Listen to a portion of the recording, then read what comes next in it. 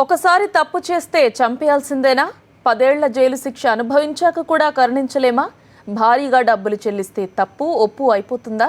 మత్తు కోసమో మజా కోసమో డ్రగ్స్ సరఫరా చేస్తే ప్రాణాలు తీయాల్సిందేనా? 10 ఏళ్ల జైలు శిక్ష వారిలో మార్పు తెచ్చింది. మానవత్వం నిండిన మనుషులుగా తీర్చిదిద్దింది. వారి వేడుకలు, వారి కుటుంబీకుల విన్నపాలు ఆ దేశాధ్యక్షులను కదిలించాయి. కానీ ప్రయోజనం లేకపోయింది. వారి మరణ శిక్షకు ముహూర్తం నిర్ణయమైపోయింది. వారి మరణానికి కౌంట్ డౌన్ స్టార్ట్ అయిపోయింది. కాలం కరిగిపోతోంది. టెన్షన్ పెరిగిపోతోంది. మరణ శిక్షకు ముహూర్తం. సాక్షి స్పెషల్ ఎడిషన్.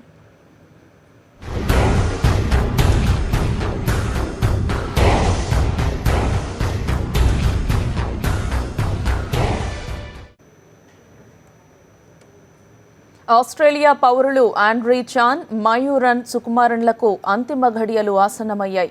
వారి మరణశిక్ష అమలుకు శనివారమే 72 గంటల నోటీస్ కూడా అందజేశారు. బుధవారం తెల్లవారుజామున 3 గంటలకు మరణశిక్ష అమలుకు ముహూర్తం కూడా నిర్ణయించారు. వారి మృతదేహాలను తీసుకెళ్లేందుకు శవపేటికలు సిద్ధం చేశారు. వాటిపై చనిపోయిన రోజును తెలిపేలా 29/4/2015 అన్న తేదీలను లిఖించారు.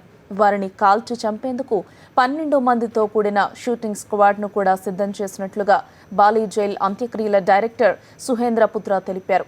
వారికి క్షమాభిక్ష ప్రసాదించాల్సిందిగా ఐక్యరాజ్య సమితి secretary general Ban Ki Moon, Australia ప్రధానమంత్రి టోనీ అబార్ట్లతో పాటు పలు దేశాలు చేసిన విజ్ఞప్తులను ఇండోనేషియా తోసిపుచ్చింది. ఆ దేశాధ్యక్షుడు విడోడో మౌనం వహించారు.